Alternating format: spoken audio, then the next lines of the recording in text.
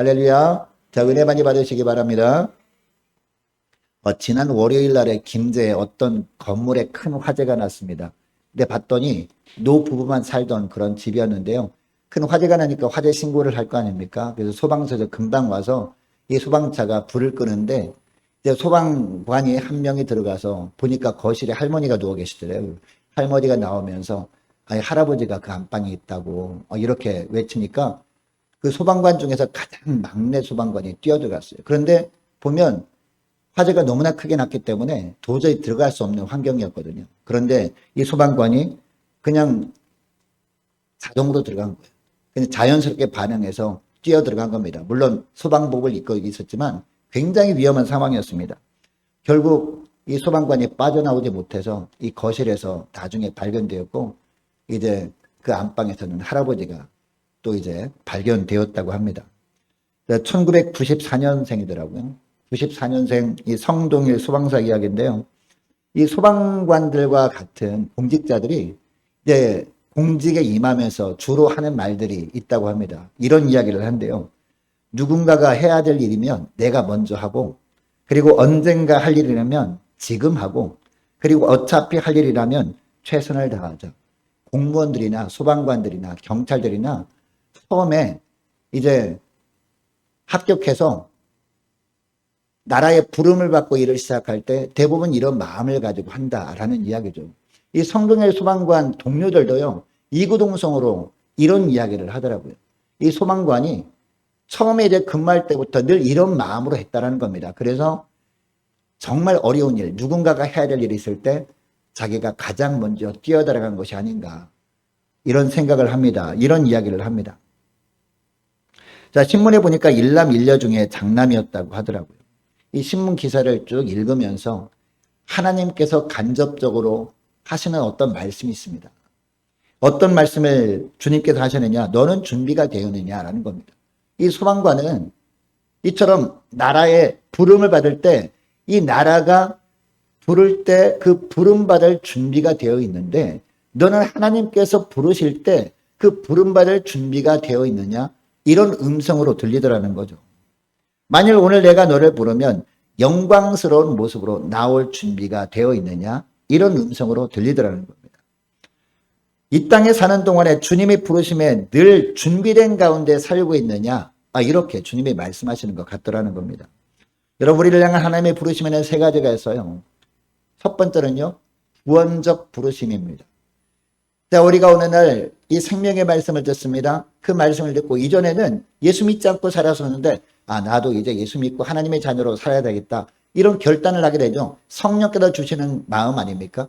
이 마음에 따라서 예수 믿고 하나님의 자녀로 살아가는 것, 이게 바로 구원적 부르심입니다. 그리고 두 번째는요, 사역적 부르심이 있습니다. 교회 안에서 목회자로, 장로로, 안수집사로, 권사로 부르시는 것이 바로 사역적 부르심이라는 거죠.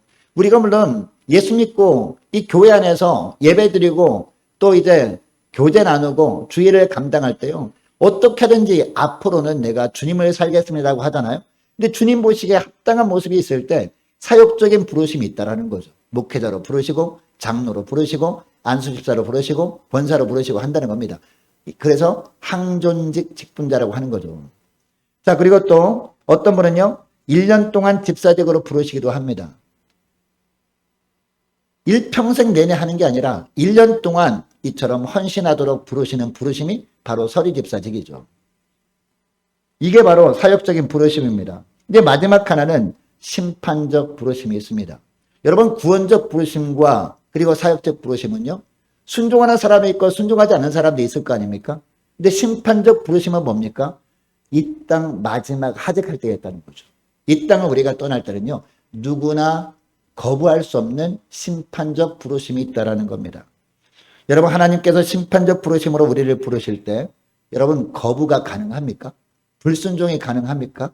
가능하지 않죠. 그때가 되면 우리 육신의 생명이 꺼지잖아요. 우리 육신의 생명이 꺼지고 꺼지는 순간에 우리 몸이 분리가 돼요. 육신과 영혼이 분리가 돼가지고 거부할 수 없이 우리 몸에서 영혼이 빠져나가서 하나님의 부르심에 순종해서 하나님 앞에 나가야 된다는 거죠. 여러분, 이것을 간단하게 말하면 뭡니까? 바로 죽음이라고 하는 겁니다. 자, 우리는 간혹 죽음에 대한 소식을 듣지 않습니까? 이제 어떤 분은 질병과 사투를 벌이다가 이제 죽음을 맞이하기도 하죠. 그리고 어떤 분은 교통사고 같은 불의의 사고로 돌아가시는 분도 있죠. 그리고 어떤 분은요, 이 성동일 소방사처럼 순직하는 분들도 있고요. 그리고 자기에게 덮친 일들이 너무나 괴로워서 견딜 수 없어서 극단적인 선택을 하는 분들도 간혹 있습니다. 그리고 또 바울이나 베드로처럼 오늘날도 우리가 모르는 사이에 모르는 곳에서 순교하는 분들도 간혹 있습니다. 여러분, 이런 소식을 들을 때마다 우리가 절대로 놓쳐서는 안 되는 부분이 있습니다.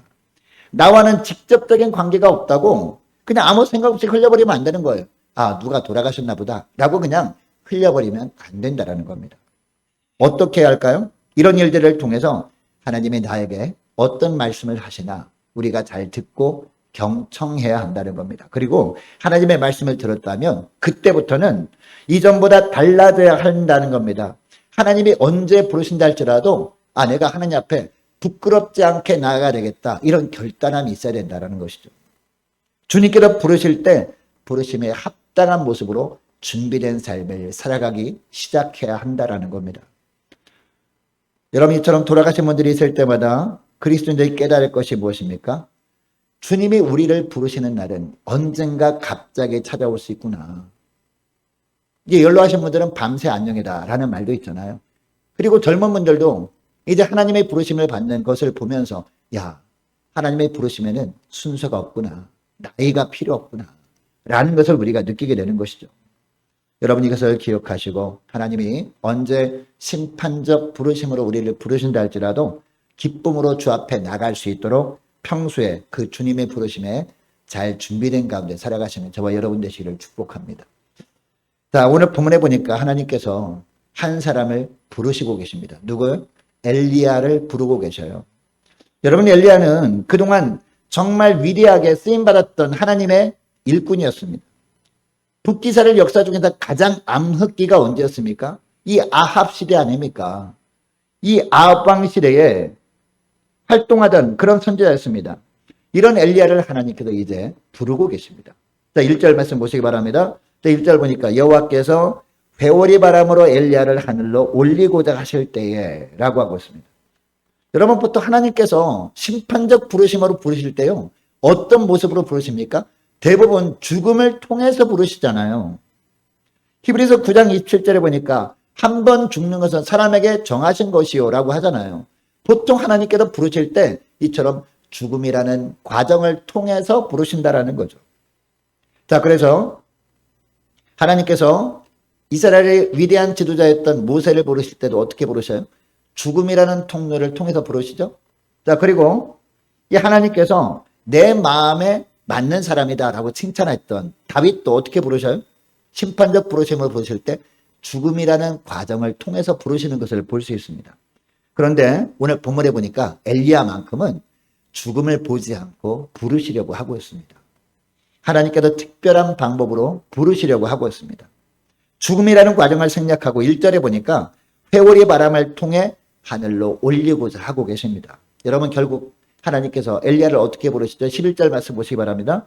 11절 말씀 보니까 두 사람의 길을 가며 말하더니 그 다음에 뭐가 나타나요? 불수레가 나타나요. 그죠? 그리고 불말들이 나타나. 이 불수레와 불말들이 나타나서 두 사람을 갈라놓습니다. 갈라놓고 엘리야가 회오리 바람으로 하늘로 올라가더라 라고 하고 있습니다. 여러분, 이처럼 엘리야는요, 이 세상에서의 삶을 가장 영광스럽게 가장 찬란한 모습으로 마무리했던 그런 사람이었습니다. 물론 엘리야가 죽음을 보지 않고 승천한 것은요, 무엇을 상징하는 겁니까? 우리 예수님께서 십자가 죽으심으로 끝나는 분이 아니라 십자가 죽으시고 부활 승천하실 분이다 라는 것을 구약 성경의 예표한 본문이긴 합니다. 그럼에도 불구하고 하나님께서 이 엘리야의 마지막 모습을 통해서 우리에게 주시는 말씀이 있어요. 우리도 하나님께서 보내셔서 이 땅에 왔다면 하나님이 다시 부를 때가 반드시 온다는 겁니다. 그때 하나님이 원하시는 것은 우리도 엘리야처럼 정말 하나님 앞에 부끄러운 모습이 아니라 영광스러운 모습으로 나갈 수 있어야 된다. 이 말씀을 하는 것 아니겠습니까? 하나님 앞에 섰을 때 어떤 분은요, 너무도 부끄러워서 고개를 들지도 못한 분이 있습니다. 물론 하나님 앞에 갔을 때 그동안 드러나지 않았던 죄악들이 있죠. 다 드러나면 부끄러운 부분이 있을 겁니다. 그런데 한없이 부끄러워가지고 고개를 들지도 못하는 분들도 있다는 겁니다. 그러나 하나님이 원하시는 게 뭡니까? 물론 잠깐 동안은 그동안 드러나지 않았던 이 죄악이 드러난 것 때문에 잠깐 동안은 부끄럽다 할지라도 금방 주님께서 보혈로 그것까지 다 덮어주셨음을 떠올려 주시고 그 보혈의 능력으로 사해 주셨음을 확신하면서 기쁨으로 주를 바라볼 수 있어야 되는 거 아니겠습니까? 이 모습을 주님이 기대하는 것 아니겠습니까? 여러분, 엘리야의 삶을 통해서 주님이 부르실 때 부끄럼 없이 주 앞에 나갈 수 있는 비결을 말씀하고 있어요. 오늘 두 가지만 살펴보기를 원하는데요. 첫 번째 비결이 뭐냐? 보내시는 대로 가야 된다는 겁니다. 하나님이 보내시는 대로 우리가 가야 되고요. 하나님이 말씀하시게 하는 거에 따라서 우리가 말하며 살아야 되고 하나님께서 인도하시는 대로 우리가 살아야 된다는 겁니다. 내 생각 내려놓고 내가 원하는 거 포기하고 주님이 원하시는 삶을 살다가 주 앞에 갔을 때 우리가 이런 삶을 살게 되어진다는 것이죠. 자, 2절 말씀 보시기 바랍니다. 2절 보니까 엘리야가 엘리사에게 이르되 청하건대 너는 여기에 머물라 여호와께서 나를 베들로 보내시느니라. 하나님께서 나를 베들로 보내신다라고 엘리야가 엘리사에게 말하고 있죠. 자, 그럼 계속 보시기 바랍니다. 하니 엘리사가 이르되 여호와께서 살아계심과 당신의 영혼이 살아있음을 두고 맹세하노니 내가 당신을 떠나지 아니하겠나이다 하는지라. 이에 두 사람이 베들로 내려가니 라고 하고 있습니다. 여러분이 엘리야 입장에서는요, 지금 어떤 상황입니까? 하나님께 부름을 받기 직전입니다. 그동안 수많은 사역을 했잖아요. 얼마나 고생했습니까? 얼마나 힘든 사역을 멋지게 감당을 했습니까? 이제 하나님께로 맡긴 사역을 다 마치고 이제 영원한 안식에 들어가기 직전이란 말이에요. 이런 상황이라면 이제 육신적으로 좀 안식을 취하면서 하나님의 부르실 시간을 차분하게 준비하게 하시면 얼마나 좋겠습니까? 하나님께서. 오늘도 보면은 여러분 이제 나이가 많아서 이제 돌아가시 직전에 있습니다. 그런데도 불구하고 이제 막 다니거나 그러지 않잖아요. 보통 보면 병원에서 차분하게 이제 안식을 취하면서 영원한 안식을 준비하지 않습니까? 엘리야에게도 하나님께서 그렇게 허락하셨다면 얼마나 좋았겠습니까? 그런데 하나님께서 엘리야에게 어떻게 여기로 가라 저기로 가라라고 하고 있습니다. 그런데 엘리야는 어떻게 하고 있습니까? 아니 내가 지금 죽기 바로 직전에 있는데 영원한 안식에 거하기 바로 직전에 있는데 좀 쉬게 놔두시면 안 됩니까? 라고 하지 않고 어떻게 해요? 하나님이 말씀하신 대로 순종해서 하나님이 가라고 하는 대로 가고 있습니다. 오늘 본문에 보니까 마지막까지 하나님이 나에게 어떤 말씀을 하시는지 여기에 집중합니다. 그리고 죽기 바로 직전이지만 주님께서 가라고 하는 것으로 순종해서 가고 있다는 것이죠. 여러분 그동안 엘리야의 삶을 생각해 보시기 바랍니다. 엘리야는요, 자기가 처한 형편이 어떠하든지 간에 자기가 원하는 곳에 가지 않았어요. 자기가 원하는 대로 살지 않았습니다. 늘 하나님께서 말씀하시는 대로 살았어요. 하나님께서 이번엔 여기로 가라 라고 하면 순종해서 그곳으로 갑니다. 그곳에 있다가도 이번에는 어디로 가라 라고 하면 그곳에 순종하며 갔잖아요. 여러분 엘리야가 이 아합 왕 어목한 시대에 살고 있지 않았습니까? 그럼에도 불구하고 철저하게 하나님이 원하시는 곳으로 갔고 하나님이 원하시는 일을 했다라는 겁니다. 자, 우리가 살펴본 2장에서도 보면요, 이 엘리야를 하나님께서 부르시기 직전에 엘리야가 어디로 갔는지 이동 경로가 나오잖아요. 맨 처음에 어디 있었습니까? 길갈이라는 곳에 있었거든요. 그때 그곳에 있었는데 하나님께서 베델로 가라 라고 하니까 베델로 갑니다. 여러분 베델은 당시에 누가 있었던 곳이었다라고 하고 있습니까? 선지자들의 제자들이 있었다라고 하고 있습니다. 엘리야가 하나님께도 보내셨는 대로 베델로 가니까 베델에 있던 제자들이 엘리사에게 묻습니다. 이 엘리사의 선생인 엘리야가 세상을 떠날 때가 가까이 온 줄 아십니까? 라고 물어본 거예요. 근데 엘리사가 대답합니다. 안다라는 거죠. 그런데 엘리사와 그의 제자들이 주고받는 대화를 이 엘리야가 가만히 듣고 있다가 뭐라고 합니까? 너는 여기 머물라 라고 하죠. 엘리사에게. 그러나 엘리사는요, 엘리야에게 대답하죠. 엘리야를 결코 떠날 수 없습니다 라고 합니다. 그런데 하나님이 이번에는 엘리야를 이번엔 또 어디로 보내요? 베델에서 여리고로 또 보냅니다. 길갈에서 베델까지 간 것만 해도 꽤 먼 거리거든요. 근데 그곳으로 열심히 갔더니 이제는 거기에 머물러 있지 않게 하고 이번에는 다른 곳 여리고로 또 보낸다는 것이죠. 엘리야는 또 말없이 순종합니다. 근데 여기도 또 누가 있었느냐? 5절 보세요. 5절 보니까 여기도 선지자의 제자들이 있었습니다. 그리고 베들레헴에서 있던 똑같은 일이 반복됩니다. 이 제자들이 엘리사에게 물어보는 거죠. 스승님, 스승님의 스승이신 이 엘리야가 이제 죽음 직전에 있는 거 아십니까? 그러니까 우리와 함께 있길 원합니다라고 했다는 거죠. 근데 이때도 엘리사가 어떻게 합니까? 나도 알지만 그럴 수 없다. 나는 스승을 버릴 수 없다라고 하죠. 그리고 이번에는 하나님께서 어디로 보내십니까? 여리고에 머물러 있지 않게 하시고 이번에는 요단으로 보내시죠. 근데 엘리야는 또 순종해서 요단으로 갑니다. 여러분, 엘리야가 이처럼 하나님께서 어디로 가라고 하실 때마다 순종한 것은요, 엘리야 자신이 죽음을 앞두고서야 이렇게 했던 것이 아닙니다. 우리는 보통 어떻게 합니까? 평소에는 말을 잘 안 들어요. 하나님의 말씀에 불순종하다가 이제 점점점 나이가 들어가지고 하나님의 부르실 때가 점점 가까이 와서야 지금에서야 순종해 볼까라고 하는 부분이 많잖아요. 근데 엘리야는 그렇게 하지 않았다는 겁니다.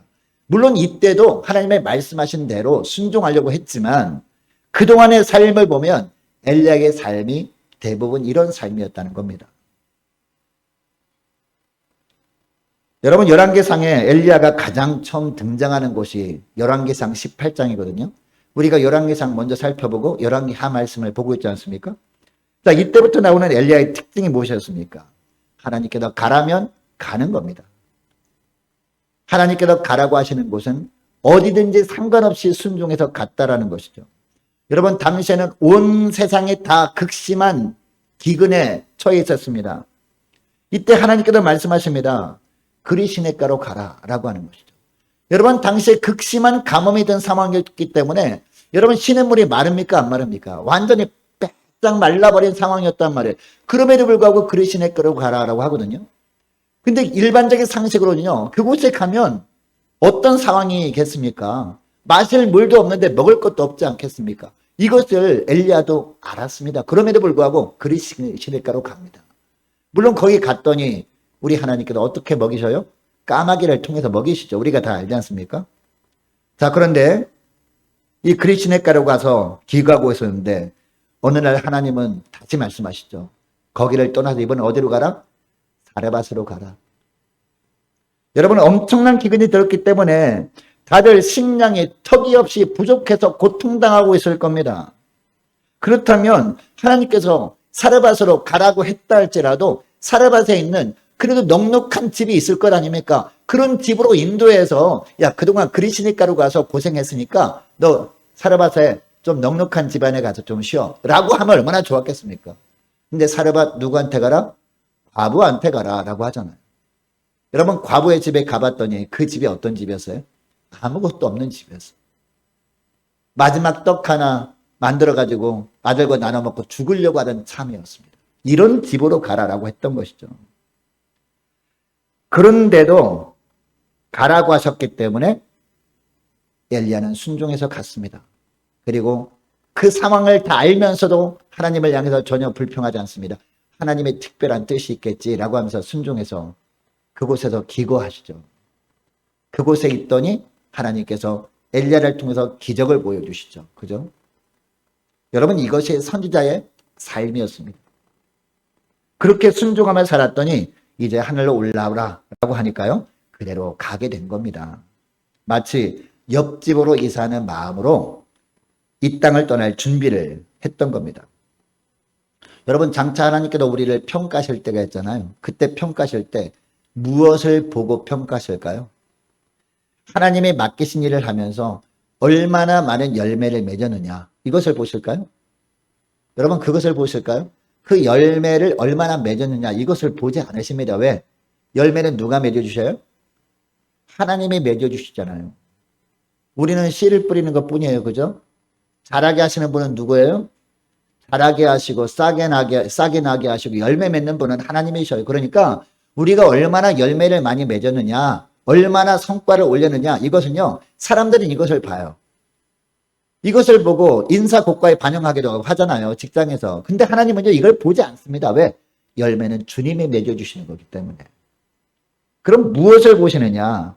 하나님이 가라고 하는 곳, 그곳에 갔느냐, 이것을 보시는 겁니다. 하나님이 보라고 하는 것, 이것을 보며 살았느냐, 이것을 보시는 겁니다.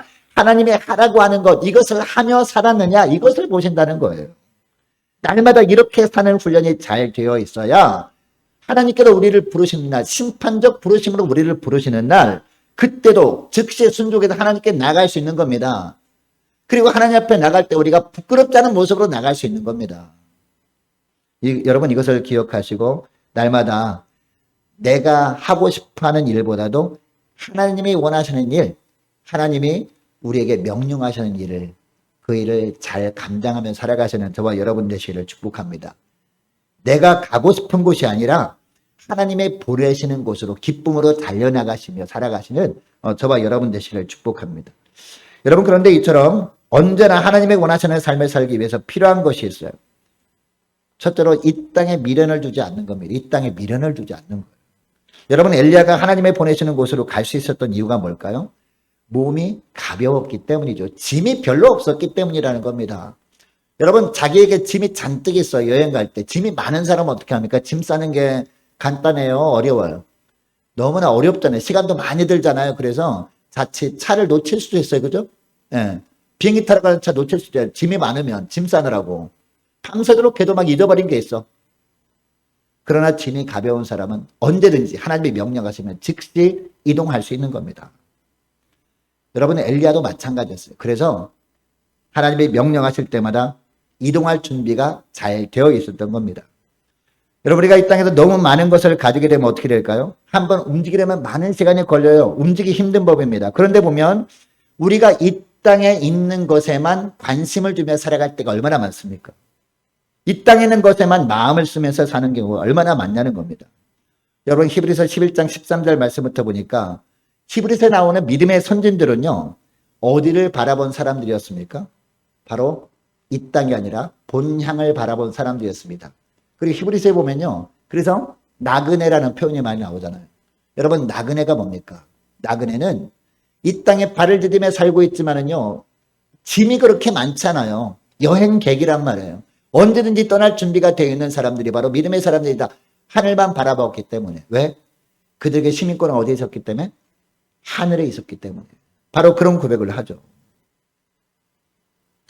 여러분 그들은 하늘에 속한 자라고 살기 위해서 애쓴 사람들이었습니다. 그래서 히브리서 11장에 기록될 수 있었던 것임을 믿으시기 바랍니다.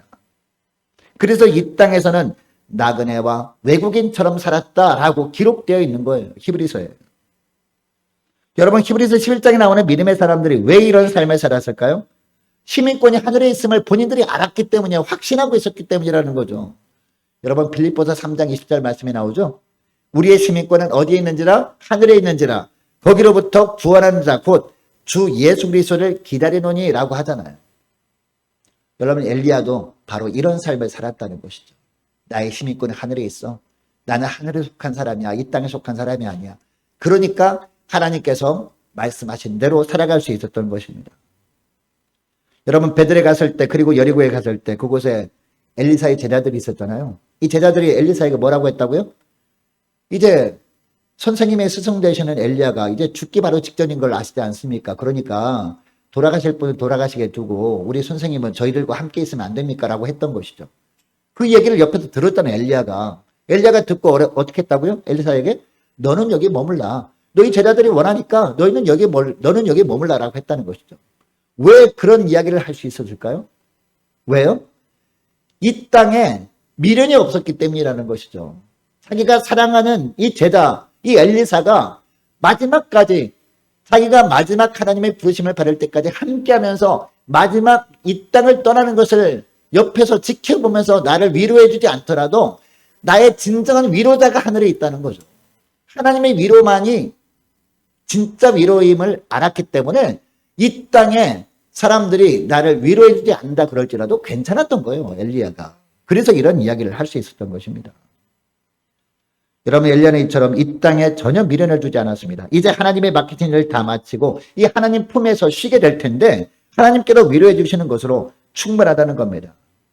그래서 사람의 위로는 자기에게 특별히 필요 없어. 그래서 엘리사에게 너는 여기 머물라. 제자들과 함께 머물라 라고 할 수 있었던 것입니다. 여러분 그동안 엘리야의 삶을 보면요. 엘리야에게도 정말 죽고 싶은 그런 때가 있지 않았겠습니까? 대표적인 예가 어디예요? 갈멜산 상에서 대승리를 거뒀잖아요. 바알과 아세라 선지자 850명과 그리고 이 엘리야 한 명과 영적 전투를 벌였잖아요. 자, 기도해서 하늘에서 불을 내리게 하는 신이 진짜 신이라고 하자라고 해가지고 영적 대결을 벌였죠. 자, 그런데 다 알잖아요. 바알과 아세라 선지자 850명이 하루 종일 기도해서 막 울부짖고 기도해도 아무런 반응이 없으니까 어떻게 해요? 자기 몸을 막 찢고 피를 흘리면서 막 고래고래 고성을 지릅니다. 그런데 어떻게 해요? 아무런 소식이 없어요. 그런데 엘리야는 어떻게 했어요? 한 번 딱 기도했는데 하늘에서 불이 쫙 내려버렸잖아요. 그래서 제단을 불태워버렸잖아요. 이제 누가 참신임이 증명됐어요? 하나님의 참신이 증명됐잖아요. 그래서 그 길로 이제 지켜보던 백성들에게 저 바알과 아세라 선자를 거짓 선자를 다 죽이라고 해서 다 죽였잖아요. 이쯤 되면 아합 왕도 이세벨 왕비도 정신을 차릴만 하잖아요. 그런데 어떻게 했어요? 상황은 정신을 차리긴커녕 더 악해져요. 그죠?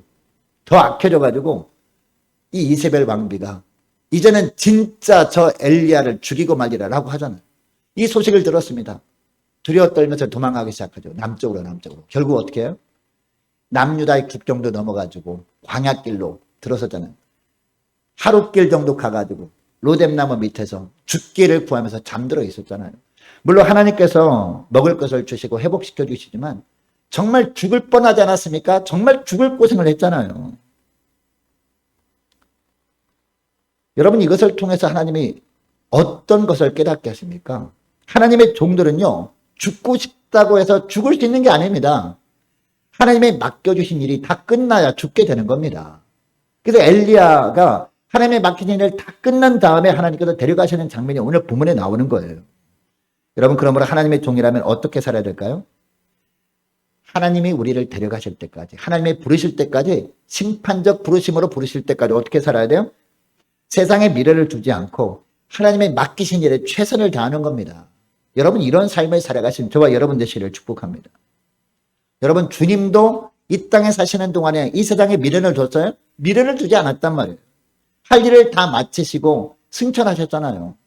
십자가에 죽으시고 부활 승천하셨잖아요. 여러분, 그렇다면 예수님의 제자들인 우리도 어떤 삶을 살아야 돼요? 이 땅에 사는 동안에 주님께서 맡기신 일을 최선을 다하면서 세상에 미련을 두지 않는 거예요. 사람들이 나를 알아주지 않더라도 속상해하지 않는 겁니다. 왜? 주님께서 나를 바라보고 계시기 때문에. 주님께서 나를 바라보면서 흐뭇하게 지켜보고 있기 때문에. 주님께서 알아주고 계시기 때문에요. 이것이 주 앞에 나갈 때 기쁨으로 나갈 수 있는 비결이라는 거죠. 자, 그리고 둘 때 마지막 하나요. 자, 어떻게 되느냐? 일꾼을 준비해야 된다는 겁니다. 여러분, 하나님께서 우리에게 맡기신 일이 있습니다. 그 일이 우리로부터 끝나면 됩니까? 우리로? 끝나면 안 되죠. 그 일은 이어져야 되거든요. 이어져야 되기 때문에 우리 다음에 하나님께서 나에게 맡겨준 일을 계속 감당할 사람들을 준비해 놓아야 돼요.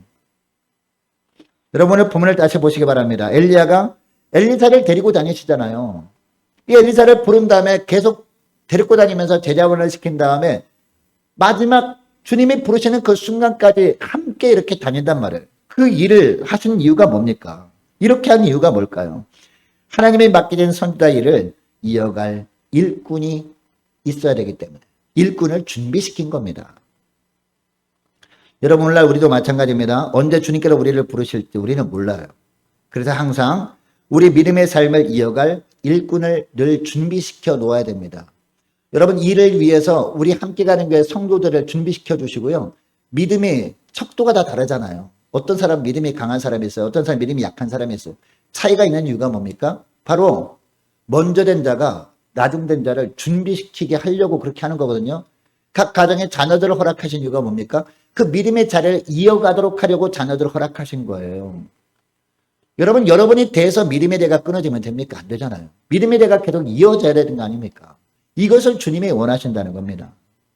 여러분, 오늘날 우리나라에서는, 특별히 다른 나라는 아니지만 우리나라에서는요, 대가 끊어지는 거 너무 속상해하잖아요. 아, 정말 우리 집에는 아들이 없어서 대가 끊어지는 거 속상해하죠. 근데 진짜 속상해야 될 게 뭡니까?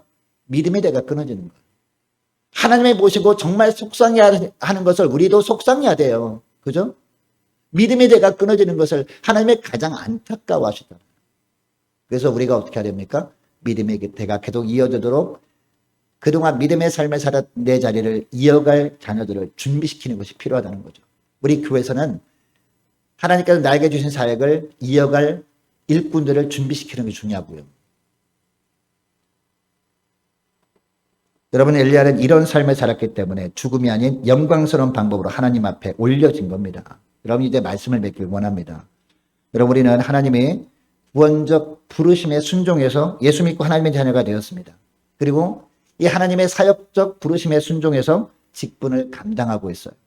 그런데 앞으로는 누구에게나 하나님의 심판적 부르심이 있을 겁니다. 이 심판적 부르심에 합당한 모습으로 준비된 가운데 살아가시는 저와 여러분 되시기를 축복합니다.